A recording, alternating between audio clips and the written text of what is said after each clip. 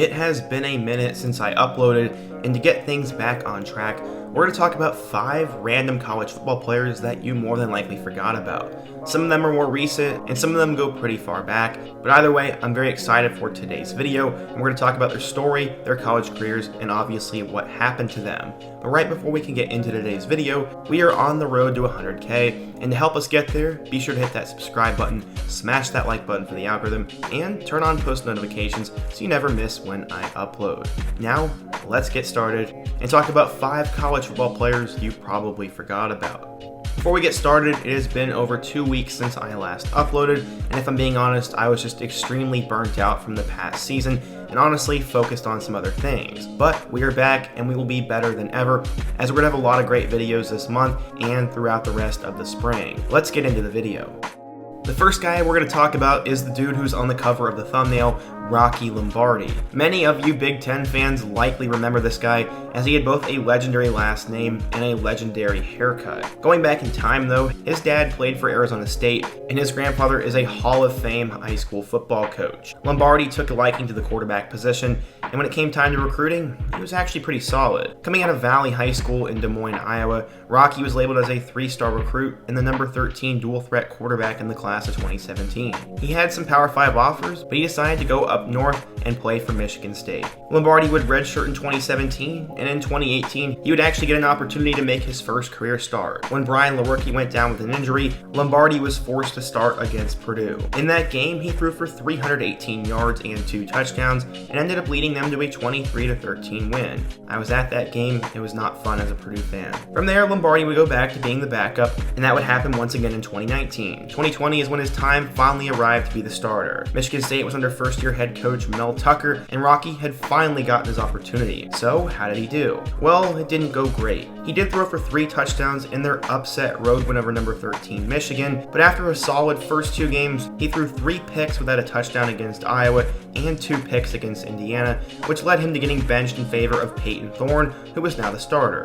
So what would Lombardi do? He would enter his name into the transfer portal. He would go down a level to play in the MAC, as he chose to play for Northern Illinois. He became the starting quarterback for the Huskies in 2021 and led them to a pretty great season. He threw for 2,597 yards with 15 touchdowns and 8 picks. He also had nearly 500 yards and 9 touchdowns on the ground. Because of that, Northern Illinois actually had a pretty good year, as they went 9-5, won the MAC, and then lost a controversial game to Coastal Carolina in the Cure Bowl. Lombardi is a legendary guy, and I'm glad he got to save his career in DeKalb. The second guy we're going to talk about is Pharoah Cooper. Many SEC fans probably remember his name, and South Carolina fans definitely remember his name. Coming out of Havelock, North Carolina, Cooper was rated as a 4-star recruit by some sites, but a 3-star recruit on 24/7 Sports. He was one of those guys that did a little bit of everything. Cooper, for example, played quarterback, wide receiver, running back, and defensive back, and would eventually decide to go to South Carolina. At the time, Steve Spurrier was the head coach, and Cooper would get an opportunity to play right away. In 2013, he'd catch his first touchdown, but 2014 would be his big breakout season. During that year, he caught 69 passes for 1,136 yards and 9 touchdowns. He would still have to play 1 more year before he could enter his name into the NFL draft, so he came back in 2015. Cooper's numbers took a slight dip as he caught 66 passes for 973 yards and 8 touchdowns, but that was still terrific numbers, and he was going to find himself in the NFL one day. Cooper was a 2-time first-team All-SEC player and was eventually drafted with the 117th overall pick in the 4th round by the Los Angeles Rams. Cooper was a great receiver, but his best skill set in the NFL came as a returner. In total, he's had nearly 3,000 return yards, with even 1 return going to the house. He was actually so good in 2017 that he was named a Pro Bowler and a first-team All-Pro selection. Unfortunately for many special teams guys, if you don't perform, you're not going to make the roster. Since his heyday in 2017, he's been one of those journeyman guys, and he has spent time with the Cardinals, Bengals, Panthers, Jaguars, and even the Giants. It doesn't look like he has much of an NFL career left, but he was a great player for South Carolina in college, and everyone will remember how great of a return man he was in 2017. The next guy is both someone I've made a video with and someone I have made a video on, and his name is Max Browne. Coming out of Skyline High School in Washington, Max Browne was actually the top quarterback in the class of 2013. In fact, he was ranked 11th nationally and is the 238th best recruit of all time.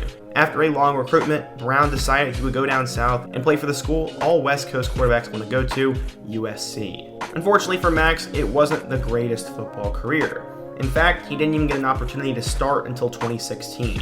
He had waited 2 years on the bench, but after starting against Alabama in Week 1, Browne would struggle, and he was benched in favor of Sam Darnold, who would go on to become one of the best quarterbacks in the country and a top-end NFL draft pick. Because of that, Max was labeled as a bust, and he'd have one more opportunity to save his career. He would transfer to Pittsburgh in 2017, and after starting a couple of games, he would get hurt, and his career was over.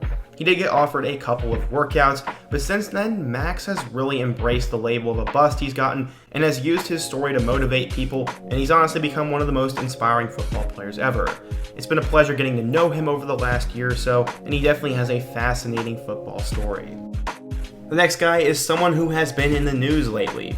He is a legendary guy, and his name is Timmy Chang. Colt Brennan is the guy most think of, but Timmy Chang was also a superstar. During his playing career at Hawaii, he actually set multiple college football passing records, including most passing yards of all time, which was later broken by Colt Brennan. Going back in time a little bit though, Chang was born in Hawaii and actually attended St. Louis High School, the same place the Tungavaloas went to. After passing for over 17,000 yards at Hawaii, he would not get much of an opportunity in the NFL. By 2008, he was retired from professional football and went into coaching. After spending time at SMU, Jackson State, and Nevada, Chang had started to become an up-and-coming coach. That's why when Hawaii had all the mess go down with Todd Graham, they decided to bring in a guy who they were more than familiar with and hired Chang to be the next head coach of the Rainbow Warriors. Some call this hire a stretch, but he is someone who knows Hawaii football through and through, and he has a lot of support, so I'm honestly curious to see what Chang is going to do with this program. The final player in today's video is someone who has also been in the news, but this time for the wrong reasons. Coming out of Springfield, Ohio, Trey DePriest was a pretty big deal. In fact, he was a 5-star recruit, the number 3 linebacker, and the 30th best player in the class of 2011. He decided to choose Alabama over the likes of Ohio State, Florida, LSU, and Notre Dame. He was someone who was going to make an impact for Nick Saban's Tide, and he would actually get a chance to play all 4 years. DePriest would have 25 tackles in 2011, and then would break out in 2012. During that season, he would have 59 total tackles, and in 2013, he'd up that to 64. His best year would come in 2014, as he'd have 88 total tackles, and even forced 1 fumble. DePriest was a first-team All-SEC selection, and a very productive 4-year linebacker. The problem is he wasn't very versatile. He only had 3 fumbles, 2 sacks, and 1 pick in his career. And basically, he was a guy who was just a tackling machine. And would that translate to the NFL? It would not. He would be on the practice squad for the Baltimore Ravens. That is legitimately all he would do in the NFL. We don't really know what he was up to, but it seems he moved back to Ohio, and a couple weeks ago, he was put into the news. Apparently, he was charged with armed robbery and assault after some sort of altercation went down in a hotel. I'm not going to spread misinformation about this guy, and all I know as of right now is he is in hot water, but we'll have to wait and see what details later come out, and hopefully he rebounds from this and gets his life back on track if it did in fact happen. He was a great player at Alabama, and it's unfortunate that his time in the NFL did not work out. So yeah, in today's video we talked about 5 random college football players you probably forgot about, went through who they were, their stories, and where they are now. If you want to support today's video, be sure to hit that like button as it really helps with the algorithm. Subscribe if you're new here as we're on the road to 100K, and check out all my other videos on the end screen, including my first video in this series. I hope to see you guys again soon, but until next time, peace.